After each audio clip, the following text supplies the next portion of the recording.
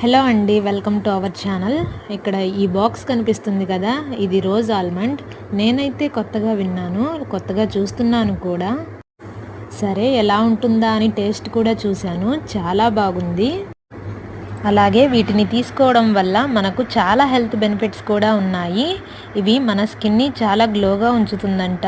అలాగే మెదడు శక్తిని కూడా బాగా పెంచుతుంది. అలాగే గుండెకు కూడా చాలా మంచిది. బాదంలో ఉన్న గుడ్ ఫ్యాట్స్ హృదయాన్ని ఆరోగ్యంగా ఉంచుతుంది.